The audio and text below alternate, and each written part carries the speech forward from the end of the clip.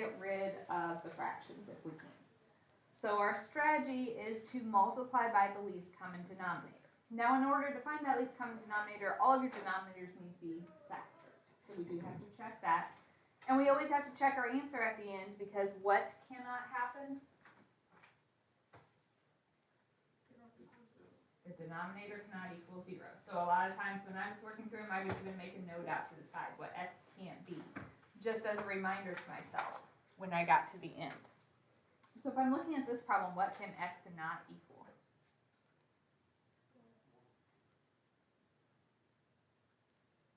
So that's just a little note to myself. That's the only thing that makes my denominator 0. So if I'm going to get rid of my fractions, there are 3 terms. I have to take all 3 of them times something. So if I'm going to cancel the first one, we have to multiply by a 2. So all 3 of these get a 2. If I want to get rid of the second denominator, we have to multiply by an x minus 1. So that means everything gets an x minus 1.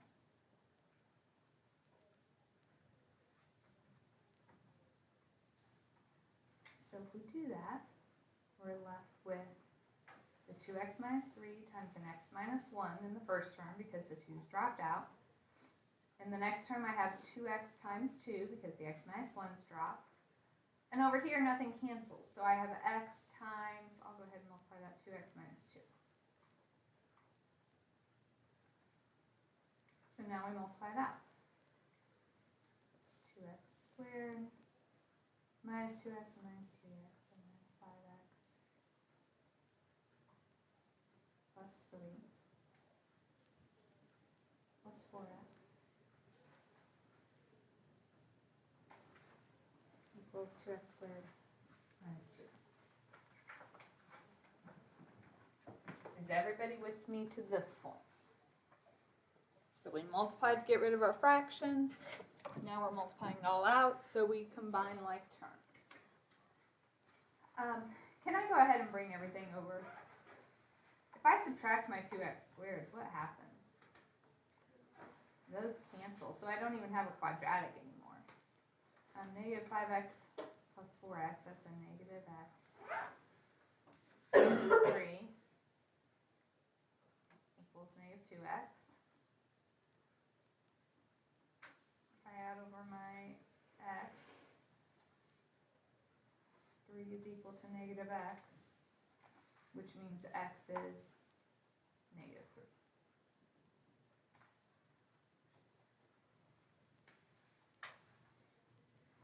Okay, at the end we have to check. Certainly you can plug this into the whole thing. Probably easiest if you just did a calculator. You know, you could put that in.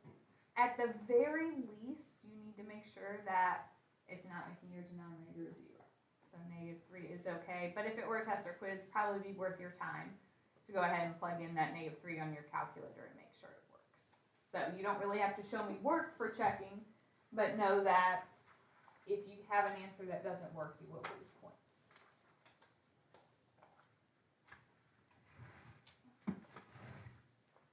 Is that one okay?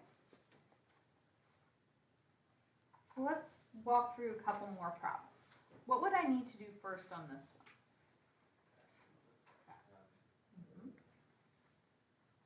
1 over x plus 2 plus 3 over the x plus 7 equals 5 over, what multiplies to 14 and adds to 9?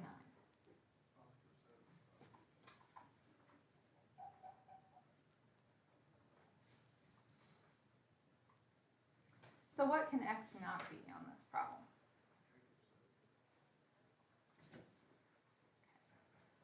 So if I want to get rid of this, the first one has x plus 2, so I have to take everything times an x plus 2.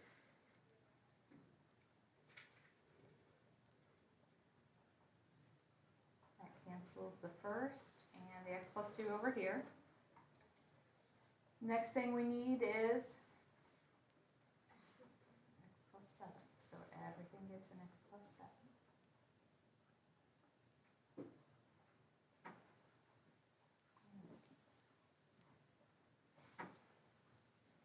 So now my fractions are gone. I'm left with 1 times x plus 7, 3 times x plus 2 equals 5.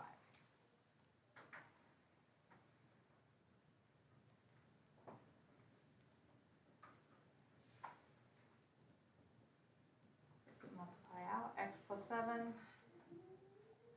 plus 3x plus 6 is equal to 5.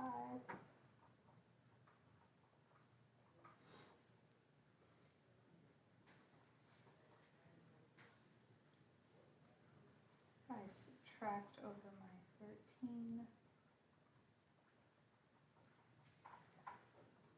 4x is equal to -8. Divide, and x is -2.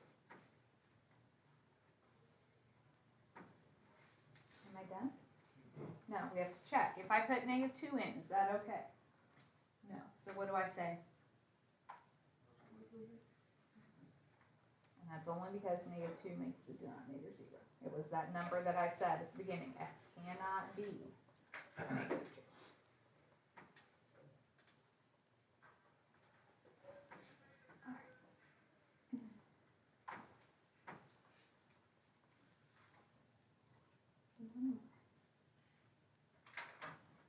We have one of these on the Math Excel, and it actually should have been an easier problem, but it kind of threw people a little bit because it was less complicated than we're used to, and that sometimes makes it harder. I really don't have to factor my denominators. If I'm trying to get rid of the first denominator, I would have to multiply by x. And so if you multiply everything by an x, that cancels this and one of those x's. So is that enough? No. So what do we have to do? Do x squared and then it leaves x squared on the 1 and then x. So you could either write it as x times x if you did them one at a time. If you recognize it from the beginning, you might have wrote x squared from the very beginning. It doesn't matter. But that would cancel this other x as well. So what I'm left is 1 times x squared minus 3 times x minus 10 equals 0. So x squared minus 3x minus 10 equals 0. What can x not be on this problem?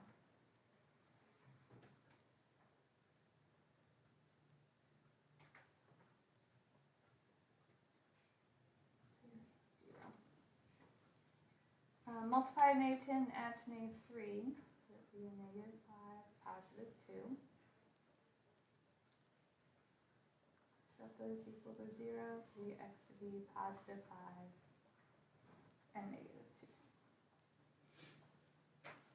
Right, are both answers okay? Yep, the only thing we said it couldn't be was 0, but you could certainly plug them in and double check them that way. So, we've just done 3 equation problems. Our strategy with equations, get rid of those denominators, but we have to check our answers at the end. Do we have any questions about solving these equations? So if you flip it over, now we're going to do 3 inequality problems. So the inequalities are different. We can't just multiply by the denominator because we talked about if you have a variable in the denominator, you don't know if it's positive or negative. And negatives flip our inequality signs. So our strategy was different on these. Our goal was to get 0 on one side and a single fraction on the other. So we might have to get common denominators, put them together. Then we set the top and bottom equal to 0 and made our sign line. So if I'm looking at this one, first thing I need to do is get a 0 over here. So I have to subtract over my 1.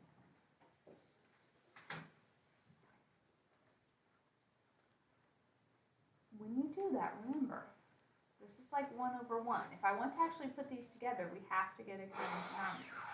So I have to multiply it by the denominator, 2x plus 1 on top and bottom. So that gives me 2x plus 1 over 2x plus 1. If I want to subtract it off, make it plus and then run a negative through. So x minus 2x is negative x. 2 minus 1 is plus 1. So now I have my single fraction on one side, 0 on the other. Then what do we do? Set both the top and the bottom equal to 0.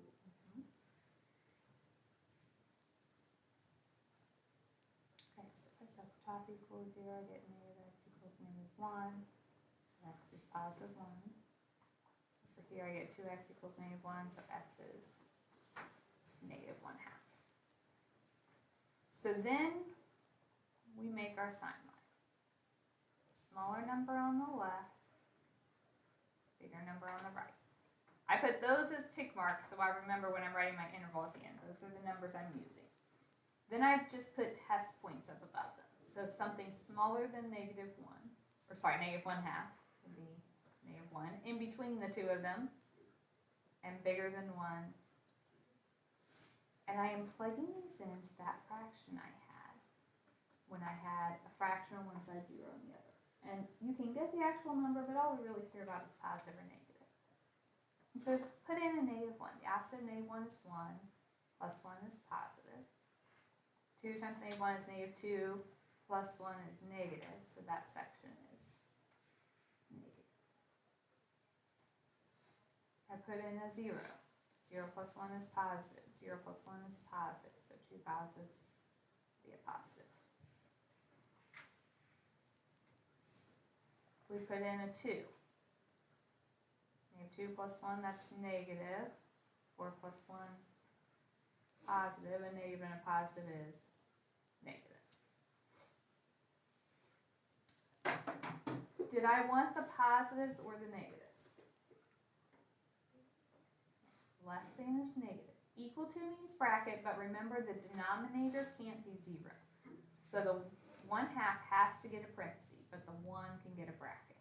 So my answer is negative infinity to negative 1/2 with a parenthesis because it came from the denominator, union, bracket 1 to infinity. And the 1 got a bracket because we had equal to on the original inequality.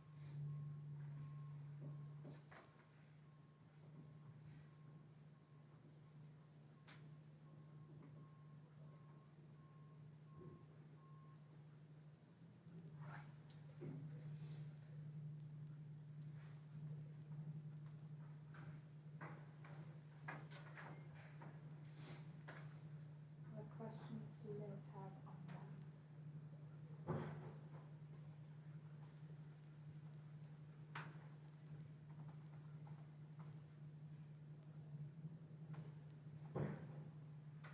So let's look at the last couple examples of that.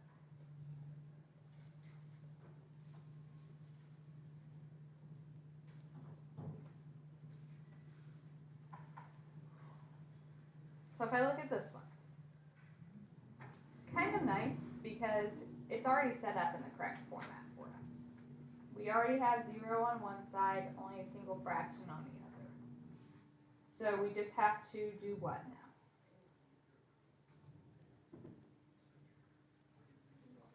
Top and bottom equal to 0. Okay, if x squared equals 0, square root, you just get 0. If x minus 2 equals 0, you get positive 2.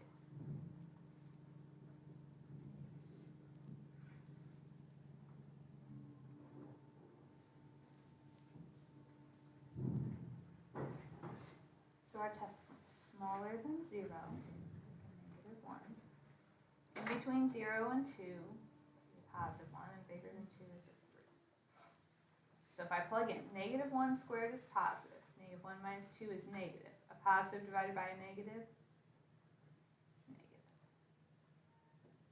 I put in a 1. 1 squared is positive. 1 minus 2 is negative. Positive divided by negative is negative. Remember, most of the time we saw these signs alternating, but I told you, they don't have to. So we got the same sign twice in a row here. When I put in a 3, 3 squared is positive. 3 minus 2 is positive, so that is positive. Which ones did I want? From negative 2 with a parenthesis or bracket? Parenthesis because it's not equal. Is there a chance that you're only negative? Yes.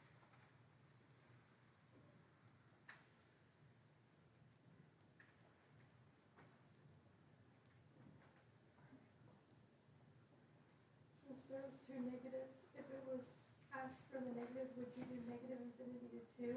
Or would you have to stop at 0 and then? It would actually depend on if I had an equal to or not, because 0 is when it's equal to. So if I were asking when it was less than or equal to 0, you would say negative infinity to 2. If it just wanted less than, you would have to do negative infinity to 0 and 0 to 2. Good question. Others?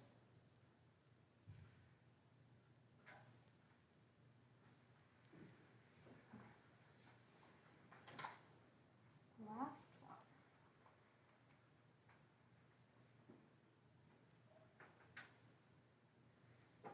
Alright.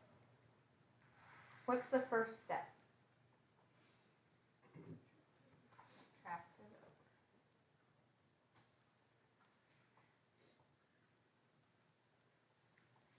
Okay, we need a common denominator. The first one has x, it needs x minus 2. And multiply that one by x minus 2 on top and bottom. This one has the x minus 2, it needs just a plain x. We multiply that one by x on top and bottom.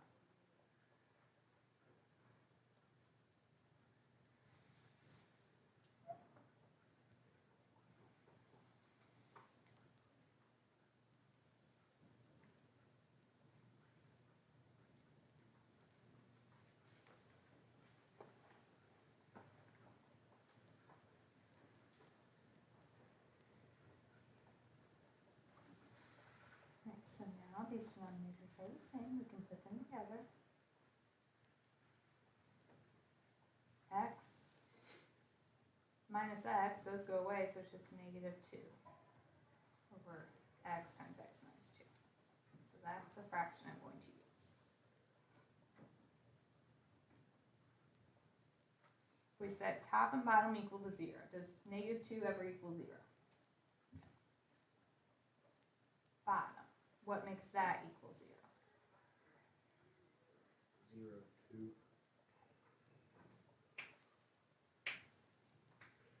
Alright, so then we do our assignment.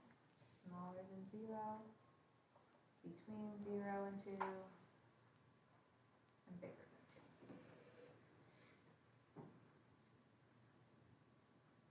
When I do this, the top is negative no matter what.